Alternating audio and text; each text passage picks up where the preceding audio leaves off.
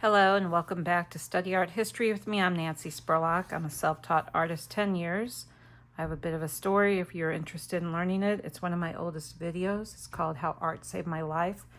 Basically, I had a dream for 5 nights that I was going to do art, and then I got diagnosed with breast cancer, and then I lost my job as a technical writer, and I became a professional artist.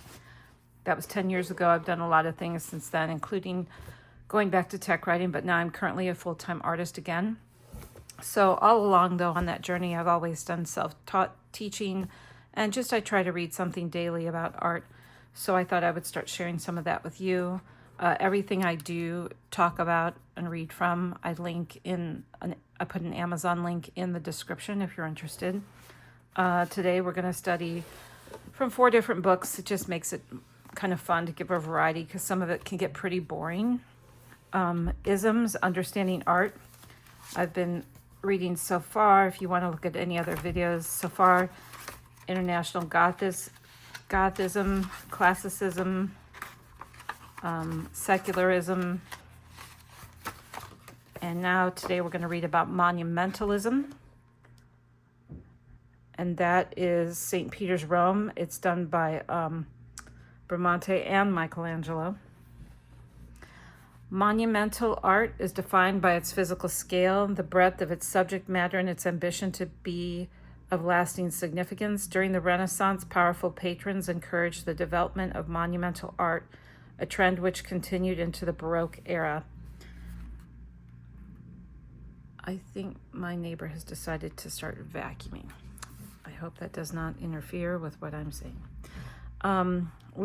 So some examples of people who did that kind of art were Leon Battista Alberti, Donato Bramante, Filippo Brunelleschi, and Lorenzo Gilbert. There's a whole list here. Michelangelo, of course.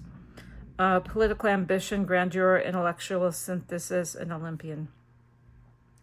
Pope Julius II, who sat on the papal throne from 1503 to 1513, initiated the monumentalism of the High Renaissance when he commissioned the architect Bramante to rebuild St. Peter's in Rome. The politically ambitious Pope instructed Bramante to design and build something which would dwarf all the most significant monumental buildings of the ancient world, including the Parthenon and the Basilica of Constantine. Bramante's original designs for St. Peter's, 1506, was entirely symmetrical and envisaged 4 identical facades. He died in 1514. So over here, when I said Bramante, he constructed the building.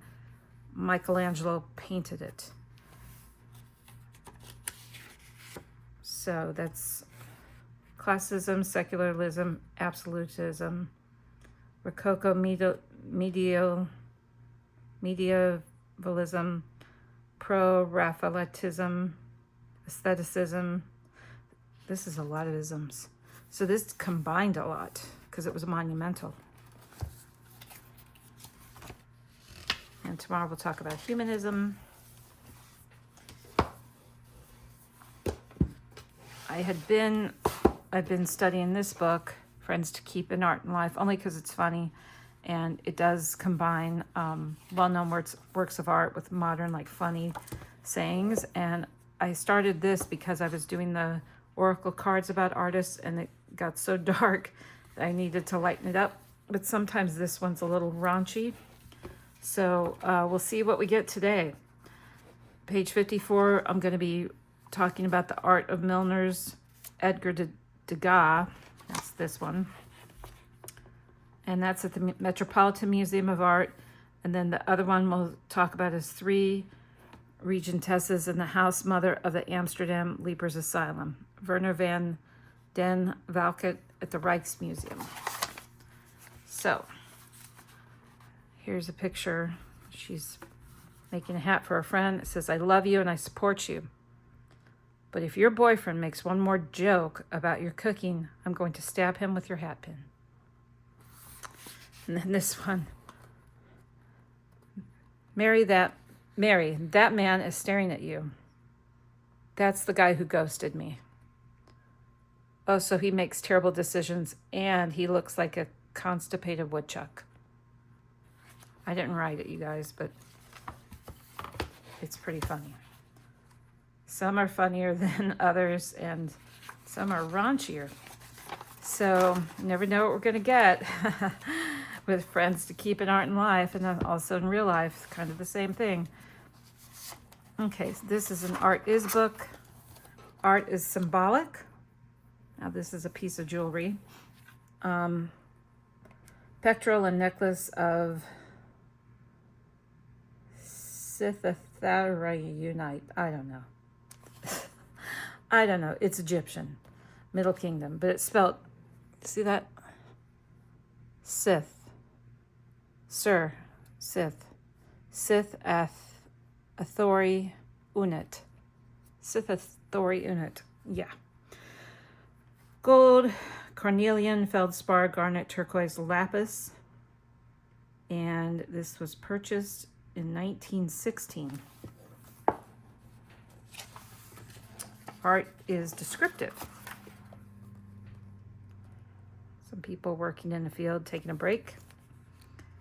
The Harvesters, Peter Bruegel the Elder. This is a Dutch painting from the Netherlands. It's oil on wood. And it is owned by the Rogers Fund, 1919. Okay, and then this book is a new book I've been looking at. I talked about Dragon's Blood color yesterday, but I think we should probably start from the beginning, The Secret Lives of Color. The purest and most thoughtful minds are those which love color the most. John Ruskin, The Stones of Venice, 1851 to 53. So you got your preface, color vision, simple arithmetic, building the palette, vintage paint charts, chromophilia, chromophobia, colorful language, lead white, blondes, Dutch orange, Baker Miller pink, scarlet, Tyrene purple, and then of course everything drops down from that. Ultramarine, verdigris, khaki, coal. So I'm just going to read this every day, a couple pages a day. Preface, I fell in love with colors in the way most people fall in love, while concentrating on something else. 10 years ago, while researching 18th century women's fashions, I would drive down to London to gaze at yellowing copies of Ackerman's Repository, one of the world's oldest lifestyle magazines, in the Victoria and Albert Museum's wood-clad archive. To me, the descriptions of the latest fashions of the 1970s were as mouth-watering and bewildering as the tasting menu of a Michelin-starred restaurant. One issue described a Scotch bonnet of garnet-colored satin, the ends trimmed with a gold fringe. Another recommended a gown of puce-colored satin to be worn with a Roman mantle of scarlet kerosmere. At other times, the well-dressed woman would be nothing without a pelisse in her hair, a bonnet trimmed with coquette-colored feathers, or lemon-colored sarsenet silk. So as I read this, what I think of most often is words. You know, we all have a language. Like I have the language. I grew up, I was born in 1966. I kind of grew up the 70s, the 80s, but like 1984, I graduated high school. So that's kind of all my thoughts, you know, Valley Girl, all that kind of stuff. So I always had that kind of a language.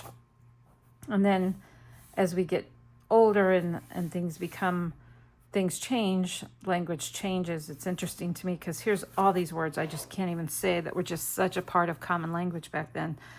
So even language is art. Let's see, what does this say? That worst and vilest of all colors, pea green. This person's name is Arbiter Elegantiarium, 1809. I mean, okay. Sometimes there were colored plates accompanying the descriptions to help me decipher what hair brown could possibly look like, but often there were not. It was like listening to a conversation in a language I only half understood. I was hooked. See, there you go. Like I'm even reading this information and I realize that's where we're going with this. Years later, I had an idea that would allow me to write about my passion month in, month out, turning it into a regular magazine feature. Each issue, I would take a different shade and pull it apart at the seams to discover its hidden mysteries. When was it fashionable? How and when was it made? Is it associated with a particular artist or designer or brand? What is its history? Michelle, whose last name I'm not even going to try, is the editor of British Elle Decoration, commissioned my column, and in the years since I have written about colors as ordinary as orange and as researche as heliotrope. Those colors provided the germ for this book, and I am profoundly grateful. The Secret Lives of Color is not intended to be an exhaustive history.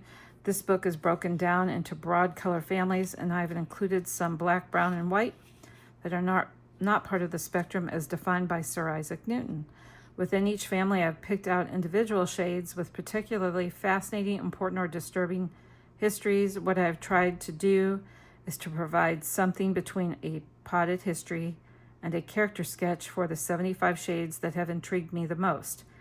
Some are artist colors, some are dyes, and others are almost more akin to ideas or socio-cultural creations. I hope you enjoy them. There are many wonderful stories that I didn't have room for here, so I've included a glossary or color swatch of other interesting hues along with suggestion for reading further. I don't believe there are off-putting colors. David Hockney, Defending Another Shade of Green, Olive. So, tomorrow I will get into this. Actually, probably in a couple days from now. Tomorrow I'm going to the river to inner tube down it because that sounds like fun. Okay, so again, Secret Lives of Color. Art is. Friends to keep in art and life. Isms. You know, this just really makes me think. And I have this is my phone. That's my phone case. Well, what's on this phone case color? The idea to even make something like this, to put this here, is one thing. However, everything, the design of the phone came from an artist. The design of this came from an artist. Like, art is deep, and it's mind-blowing to me that, like, those programs get cut from school when art's a big deal.